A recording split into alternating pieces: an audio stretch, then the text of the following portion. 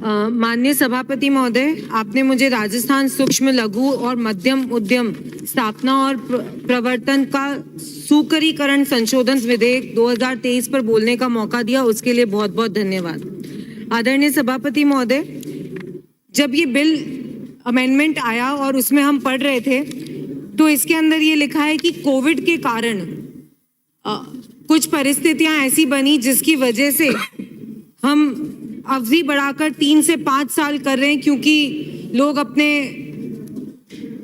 जो ऋण लिए हुए हैं वो नहीं चुका पा रहे और अलग अलग समस्या आ रही है, तो हम उसको बढ़ाने के लिए अवधि को 3 से 5 वर्ष कर रहे हैं। इतने जनों ने प्रश्न लगाए अलग अलग, ये बजट सत्र चल रहा है, मैं पहली बार की विधायक हूँ तो ज्यादा सीखने का मौका मिला, लेकिन जितने प्रश्न लगे और जितने जवाब उसमें मिले, हर में यही कहा गया कि कोविड चल रहा था और कोविड की वजह से ये राशि हम व्यय नहीं कर पाए। किसी भी डिपार्टमेंट को अगर हम उठाकर देखें तो उसमें हर मंत्री ने ये बात कही है कि हम जो राशि तय की गई थी या जो बजटेड राशि थी या जो प्रबंधन किया राशि को हम उतना आवंटित नहीं कर पाए क्योंकि कोविड चल रहा था।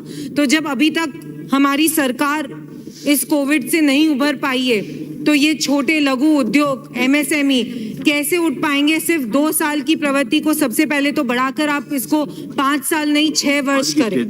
उसके बाद अभी तो यही बोलेंगे। आदरणीय मंत्री महोदय, मैं आपसे ये अनुरोध करना चाहूंगी कि जब आप ये संशोधन लाए तो इस संशोधन में बहुत सारी चीजें हैं जो कहीं ना कहीं मिसिंग है। में आएगी आपकी तो सबसे बड़ी और सबसे महत्वपूर्ण चीज जमीन होती है।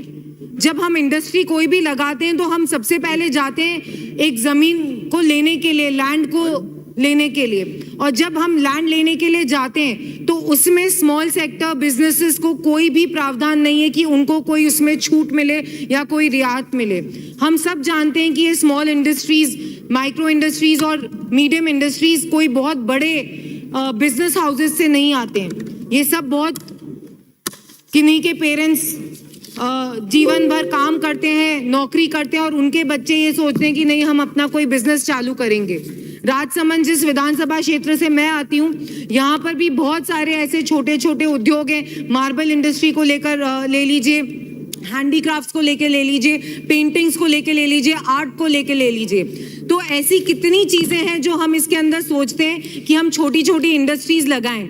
जब हम महिलाओं के लिए सैनिटेशन की इतनी बातें करते हैं, बहुत अलग अलग चीजें आएंगे, तो कितनी प्रोत्साहन उनको ये मिलना चाहिए था कि अगर वो आज सैनिटरी नैपकिन की छोटी यूनिट्स भी लगाना चाहें तो उनको भी अगर लैंड चाहिए हो तो उसमें हम उनको क्या रियायत दे सकते हैं। करीबन अगर हम इस लैंड पर ही 30% की अगर छूट दें तो कहीं ना कहीं इस इंडस्ट्री को हम बढ़ावा देंगे, इन इंडस्ट्रीज को ये मौका देंगे कि वे हिम्मत कर सकें कि वे भूमि खरीद सकें अपनी उद्योग के लिए।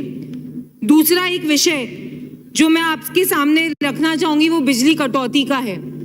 बिजली इतनी बड़ी समस्या हो चुकी है गांवों में, क्षेत्रों में। हम जब बात करते हैं कि हम इन लघु उद्योगों को बढ़ावा देने के लिए क्या कर रहे हैं, तो बिजली के बिल के लिए जो स्टार्टिंग का बिल हो इन इंडस्ट्रीज के लिए, उसमें एकदम कटौती होनी चाहिए, उनको रियायत मिलनी चाहिए और करीबन 40% का अगर आप उनको अनुदान दें तो कहीं ना कहीं स्मॉल स्केल इंडस्ट्रीज को बहुत रियायत मिलेगी।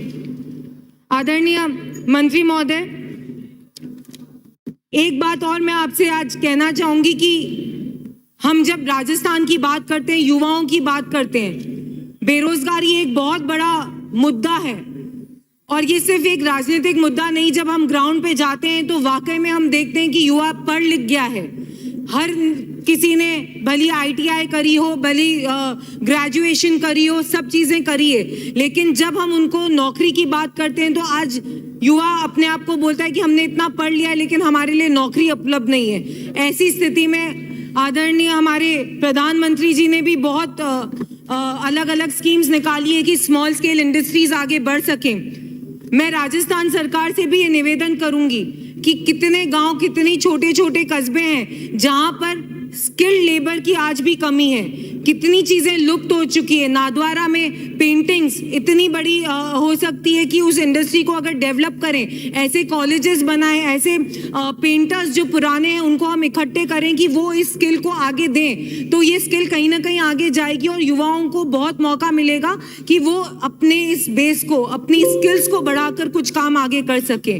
हमारा जो फोकस है वो अगर हम स्किल लेबर पर लेकर आए, आज भी अनऑर्गेनाइज सेक्टर 98% अनऑर्गेनाइज सेक्टर है, सिर्फ 2% इंडस्ट्रीज ऑर्गेनाइज सेक्टर में आती है, बाकी सारी इंडस्ट्रीज अनऑर्गेनाइज सेक्टर में आती है। और इन अनऑर्गेनाइज सेक्टर्स में आज भी स्किल लेबर की कमी है। राजसमंद में अगर आप जाएंगे, मार्बल के किसी भी गैंगस्टर से बात करेंगे तो आप ये पाएंगे कि वहां पर उन लोगों के पास स्किल लेबर नहीं। तो एक तरफ तो बेरोजगारी की बात कर रहे हैं और दूसरी तरफ हमारे पास स्किल लेबर उपलब्ध नहीं है। तो कहीं ना कहीं अगर हम कुछ ऐसे संशोधन कर सकें कि स्किल्स को हम बढ़ा सकें तो बहुत ज्यादा उपयोगी रहेगा ये।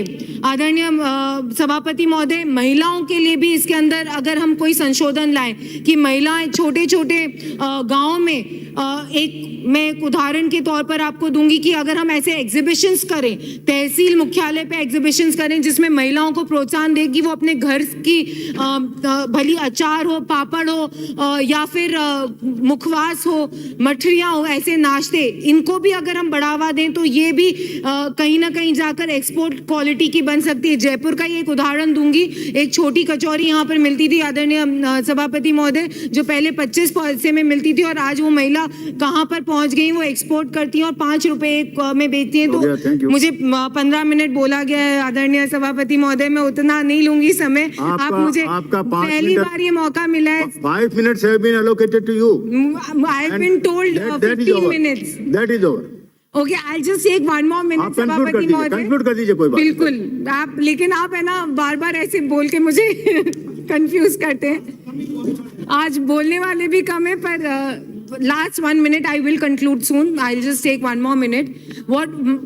जो पॉइंट मैं आपके सामने बनाना चाहती हूँ कि महिलाएं हैं, महिला अपने घरों में बहुत सारी चीजें कर सकती हैं, उनको कहीं ना कहीं प्रोत्साहन की आज भी कमी है। अगर रिको लैंड के द्वारा उनको भी हम ये मौका दें कि वे, हम उनको प्रोत्साहन दें, उनको हम रियायत दें, तो कहीं ना कहीं हम उनको एक मौका देंगे कि वे भी सक्षम बने, इंडिपेंडेंट बने और आगे जाकर अच्छे अपने परिवार को एक सहयोग दे सके।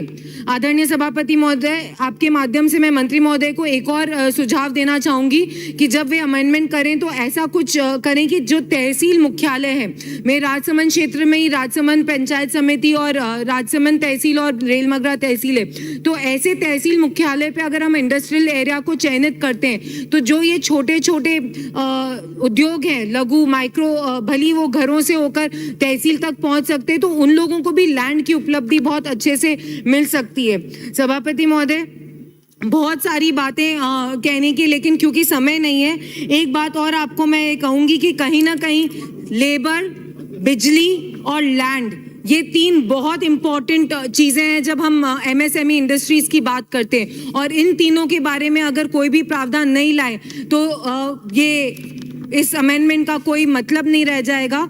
तो मैं आपके माध्यम से ये कहना चाहूंगी कि इस अमेंडमेंट को 6 माह के लिए जनमत जानने हेतु प्रचारित करें। धन्यवाद। श्री अशोक लाहोटी।